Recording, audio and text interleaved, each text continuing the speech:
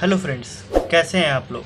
मैं आशा करता हूं कि आप सभी लोग बढ़िया होंगे और जितने भी और नए सवाल होंगे इसी तरह के जो कि प्रीवियस लेक्चर्स में मैंने कवर करे हैं उसकी प्रैक्टिस कर रहे होंगे।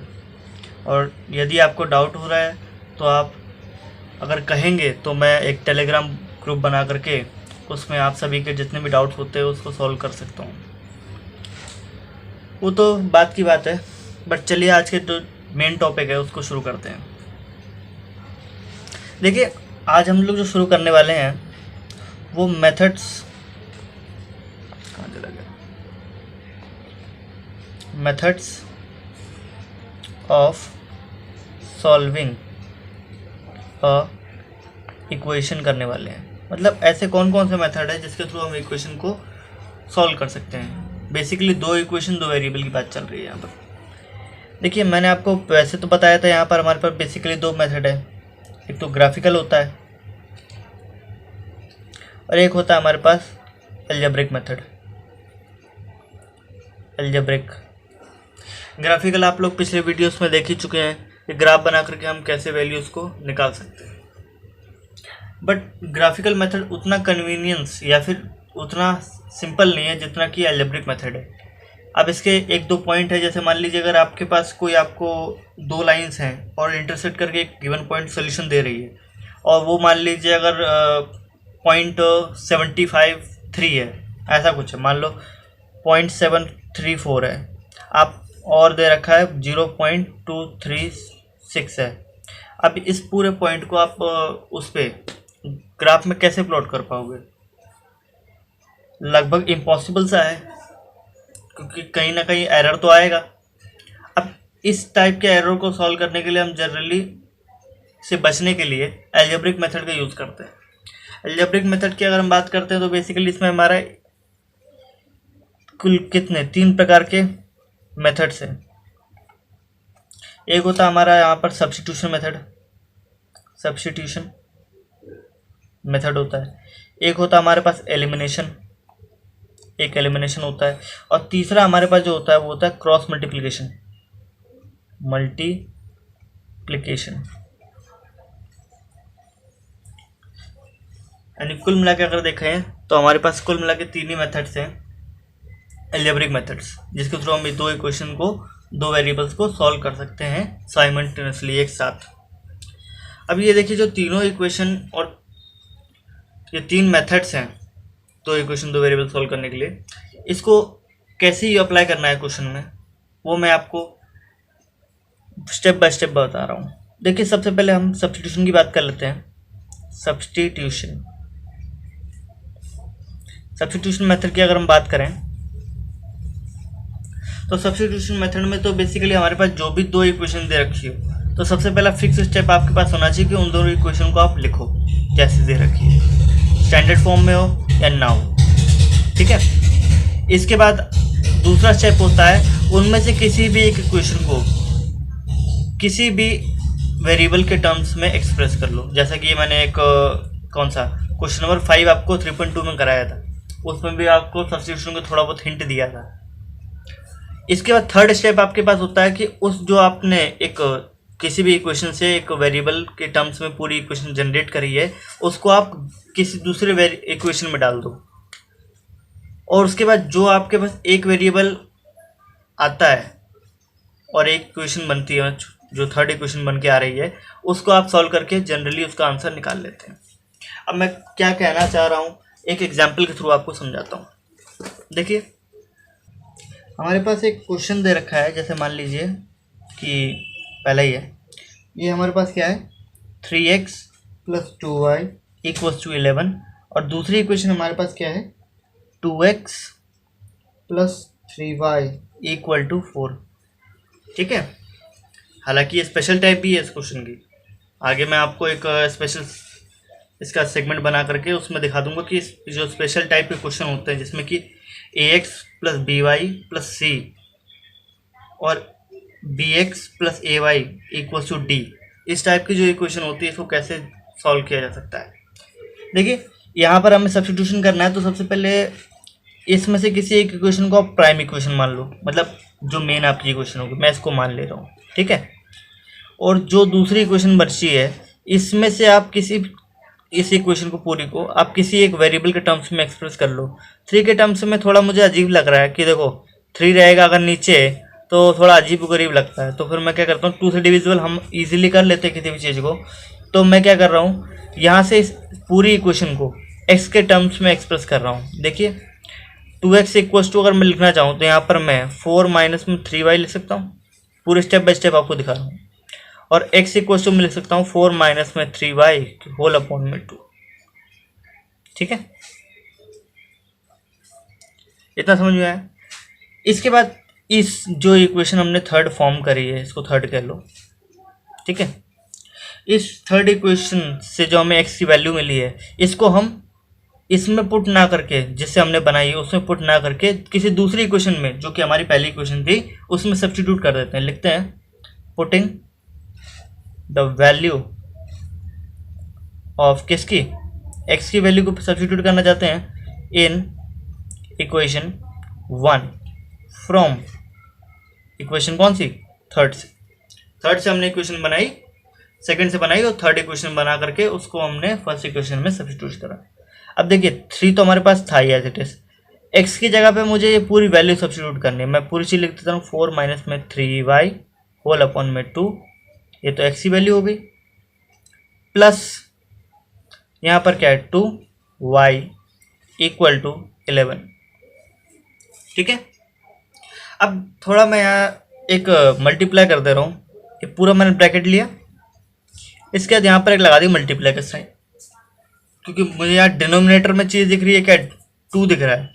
तो अगर मैं पूरी इक्वेशन को 2 से मल्टीप्लाई कर दूंगा तो डिनोमिनेटर से कटना है कि नहीं, तो 2 से मल्टीप्लाई करता हूँ तो पूरी इक्वेशन 2 से मल्टीप्लाई होगी। ये वाला अगर टर्म 2 से मल्टीप्लाई होता तो नीचे वाला 2 तो कैंसिल आउट हो गया, यानी कि 3 तो ऐसे बच गया और 4 माइनस में 3y। ठीक है, ये वाला टर्म 2 से मल्टीप्लाई हो गया यानी 4y इक्वल टू ये वाला टर्म भी किससे होगा 4 से मल्टीप्लाई, 2 से मल्टीप्लाई, यहाँ पर कितना आएगा 22। ठीक है, अब इतना जो हमारे पास एक वेरिएबल के टर्म्स में आ गई है पूरी इक्वेशन, अब इसको सॉल्व कर लेते हैं।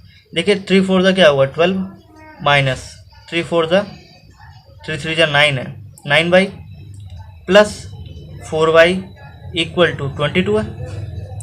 अब देखिए माइनस का 9 प्लस का 4 यानी कि माइनस का क्या होगा 5y। ठीक है, इक्वल टू 22 यहाँ पर है ही एज इट इज़ और यहाँ पर हमने 12 लेके गए, यानी कितना होगा 22 माइनस 10 12 करोगे 10 आ जाएगा हमारे पास। ठीक है, और y निकालने के लिए क्या करोगे, इसको से डिवाइड कर दो, माइनस का 2 आ गई आपकी y की वैल्यू। अब y की वैल्यू जैसे आपने निकाली वैसे ही उसको उसमें सब्स्टिट्यूट कर दो इक्वेशन थर्ड में जहाँ से आपने निकाली थी y की वैल्यू। अब देखिए मैं क्या लिख रहा हूँ putting value of y in equation कौन सी थर्ड में, क्योंकि जिस थर्ड इक्वेशन से हमने x की वैल्यू को निकाला वहीं पर अगर y डाल दे तो हमें उसकी वैल्यू भी निकल जाएगी x की, है कि नहीं। तो यहाँ डाल देते हैं, देखिए यहाँ डालते हैं हम वैल्यू उसकी, x की वैल्यू हमारे पास थी कितनी, x की वैल्यू हमारे पास थी 4 माइनस में 3 और y की वैल्यू हमारे पास आई -2 होल अपॉन में क्या है हमारे पास 2। तो x की वैल्यू के लिए कितना आएगा 4 और यहाँ पर माइनस माइनस प्लस, मल्टीप्लाई के फॉर्म में है तो भी प्लस बनेगा, तो प्लस कितना होगा 3 2 6 होल अपॉन में 2 आ गया। दिस इम्प्लाइज दैट x की वैल्यू कितनी होगी 4 + 6 कितना होगा 10 और 10 डिवाइडेड बाई 2 करोगे तो x की वैल्यू आएगी 5। तो ये देखिए इसका आंसर हमारे पास इस तरीके से हमने इसको सॉल्व करा है। देखिए इसके बाद एक क्वेश्चन जो यूनिक है इसी कैटेगरी का वो आपको मैं करा देता हूँ, तो इसे थोड़ा मतलब लगेगा कि आपको कुछ समझ में आ रहा है क्वेश्चन किस टाइप के फॉर्म होते हैं। देखिए क्वेश्चन में कह रहा है हमारे पास x अपॉन में 10 प्लस y अपॉन में 5 प्लस 1 इक्वल टू क्या है हमारे पास 15 है। ठीक है, और दूसरी इक्वेशन हमें दे रखी है x अपॉन में 8 प्लस y अपॉन में 6 इक्वल टू 15 है। ठीक है, अब इसको हमें सॉल्व करना है। सॉल्व करने के लिए हमें सब्स्टिट्यूशन मेथड लगाना है, बट यहाँ कुछ अजीबोगरीब सा लग रहा है कि यहाँ पर कोफिशिएंट ऑफ a1 जो कोफिशिएंट ऑफ x है और y है कुछ अजीबोगरीब है, 1 अपॉन समथिंग है।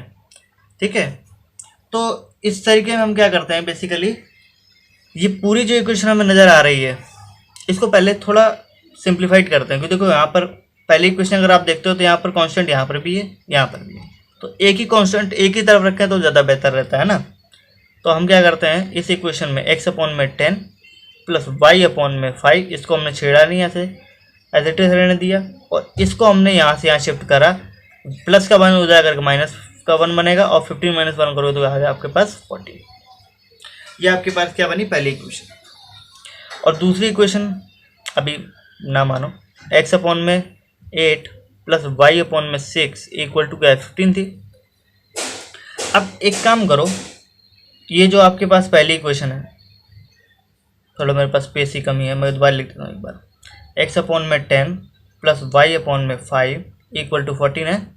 अब एक काम करो, इस पूरी इक्वेशन को अगर आप किससे 10 से मल्टीप्लाई कर दो, क्योंकि यहाँ पर देखो डिनोमिनेटर मैक्सिमम 10 तक जा रहा है, तो आप इसको अगर 10 से मल्टीप्लाई करो तो पूरे डिनोमिनेटर एलिमिनेट हो जाएगा। अब बेसिकली हम करना क्या चाहते हैं, डिनोमिनेटर को एलिमिनेट करना चाहते हैं, तो डिनोमिनेटर एलिमिनेट करने के लिए हम 10 से मल्टीप्लाई करते हैं। अगर हम 10 से पूरी इक्वेशन को मल्टीप्लाई करते हैं तो यहाँ तो 10 से 10 कैंसिल हो करके यहाँ पर क्या बचेगा x, और प्लस x प्लस क्या बचेगा, यहाँ पर अगर हम 10 रखते हैं 10y अपॉन में 5 यानी कि 2y बनेगा, ठीक है, इक्वल टू इस 14 मल्टीप्लाई बाय 10 करोगे तो 140 आ जाएगा। इतना तो समझ में आ ही गया होगा है ना। इसको आप इक्वेशन 1 ले लो, ठीक है। अब जो दूसरी इक्वेशन हमारे पास है, ये देखिए दूसरी इक्वेशन हमारे पास जो दे रखी है, उधर रखिए x अपॉन में 8 प्लस y अपॉन में 6 इक्वल टू हमारे पास क्या है 50, यही है आई थिंक या। तो देखिए इस इक्वेशन को सॉल्व करने के लिए सबसे पहले यहाँ पर भी कुछ हमें लग रहा है कि कुछ बन सकता है साहब। यहाँ पर अगर मैं कितने से मल्टीप्लाई करूँ, अब एक काम करते हैं, इस पूरी इक्वेशन को अगर मैं किससे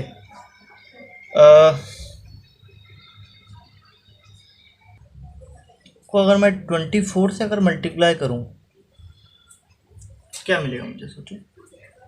अब मैं 24 क्यों लिया, ये देखो यही एक ऐसा नंबर है हमारे पास जो कि इसके टेबल में भी आता है इजीली और इसके टेबल में भी आता है, और पूरी तरह से डिनोमिनेटर एलिमिनेट हो सकता है, ठीक है। तो अगर मल्टीप्लाई कर लेते हैं 24 को, अगर हम इससे मल्टीप्लाई करते हैं इस टर्म से पूरी से, तो हमारे पास कितना आएगा 24 अपॉन में 8 यानी कि 3x प्लस, और यहाँ पर 24 अपॉन 6 करोगे तो आपके पास कितना आएगा 4y इक्वल टू यहाँ पर कितना आएगा, इसको इससे मल्टीप्लाई कर लो, मल्टीप्लाई करने पे हमारे पास आंसर आ रहा है 360, ठीक है। ये हमारे पास इक्वेशन दूसरी बन के आ रही है। अब एक बार दोबारा उसी इक्वेशन को लिख लेते हैं। देखिए हमारे पास ये x plus 2y equal to 140, और दूसरी इक्वेशन हमारे पास आई है 3x plus 4y equal to 360, ठीक है। इन दोनों में से किसी भी एक इक्वेशन को हम रीजनरेट कर सकते हैं। यहाँ से देखो सिंपल हमें लग रहा है, अगर x की वैल्यू को मैं यहाँ से अगर x के टर्म्स में इस इक्वेशन को फॉर्म करूँ तो यहाँ पर बचेगा क्या 140 माइनस में 2y, है कि नहीं, ये बचेगा।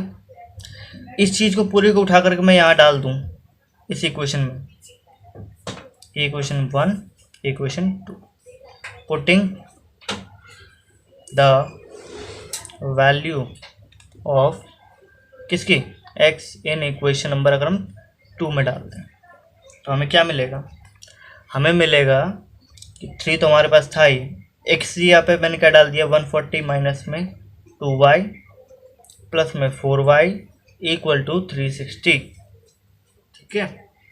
इसके बाद इसको सिंपली मल्टीप्लाई कर लिया, इसको अगर इससे मल्टीप्लाई करते हैं तो कितना आता है हमारे पास, यहाँ पर कितना आया हमारे पास 42 माइनस में, इसको इससे मल्टीप्लाई करा कितना आएगा माइनस का 6y plus 4y equal to 360। इसको उधर लेके जाएंगे कांस्टेंट वाली टर्म को, यानी कि माइनस का 2y वो माइनस का 6y प्लस का 4y, यानी कि हमारे पास क्या बचेगा माइनस का 2y इक्वल टू 360, और माइनस कर दो कितना 42, कैंसिल करोगे तो कितना आएगा 8, और यहाँ पर कितना बचेगा 5, 15 या सिंपल 5 मान लो, 5 और इसका क्या कितना 1, यहाँ पर 318। 318 आया हमारे पास। इतना बड़ा यहाँ पर एरर होने वाला था, यहाँ पर 0 तो लगा ही नहीं। वाह। तो यहाँ पर इसको जाएगा कितना होगा 420 माइनस में कितना करेंगे हम 360 कर देते हैं, तो हमारे पास कितना आ जाएगा वैल्यू 0 तो है ही, और यहाँ पर 12/6 और यहाँ पर ये 60 ही आएगा। ठीक है, यानी कुल मिलाकर के हमारे पास आंसर कितना आएगा माइनस का 60। अब माइनस का 60 क्यों, यहाँ पर जो वैल्यू छोटी है और यहाँ से माइनस होने पे बड़ा नंबर से अगर माइनस होगी तो वो नेगेटिव नंबर लगता है कि नहीं। तो यहाँ पर कुल मिला के माइनस से ये माइनस कैंसिल हो रहा है। y की वैल्यू आ रहा है हमारे पास 60/2 यानी y की वैल्यू 30। ठीक है, छोटा सा इसमें गलती हो रहा था, जल्दी जल्दी में ध्यान नहीं दिया मैंने। ठीक है, y की वैल्यू हमारे पास आ गई 30। अब क्या करें, इस इक्वेशन में जो हमारे पास हमने फॉर्म करी थी, ये देखिए ये वाली जो है ये इक्वेशन है, इसमें अगर हम इसको डाल दें तो हमारा इससे काम बन जाएगा। देखिए मैं कह देता हूँ putting the value of y in equation number 3 कर लो। इसको 3rd इक्वेशन मान करके इसमें 3rd में ही फॉर्म कर देते हैं। 3rd इक्वेशन हमारे पास कौन सी थी, वाली। ठीक है, अब इस इक्वेशन में डालते हैं तो x = 140 माइनस में ट्वाइस ऑफ y की वैल्यू हमारे पास कितनी है 30, यानी x = 140 माइनस में 60, x = 140 माइनस 60 करोगे तो कितना है 80। That is your answer. ठीक है, तो इसी के साथ हमने सब्स्टिट्यूशन मेथड को पूरी क्वेश्चन 2-3 क्वेश्चन ये फिलहाल कर रहे हैं। तो 2 क्वेश्चन करने से हमें हालांकि पता चला इसका क्या तरीका है, इसको कैसे करते हैं। बाकी इससे जो रिलेटेड एक्सरसाइज 3.23 है उसको मैं बाद में कराऊंगा, और बाकी इससे जितने भी कॉन्सेप्ट बनते हैं, एलिमिनेशन है और क्रॉस मल्टीप्लिकेशन है, उन दोनों को कराने के बाद मैं आपको पहले 3.1 कराऊंगा, इसके बाद आपको कराऊंगा 3.3, देन 3.4, देन 3.5, फिर ऑप्शनल जो बच जाएगी वो। ठीक है, तब तक इसी चीज़ की प्रैक्टिस करते रहिए। Thank you.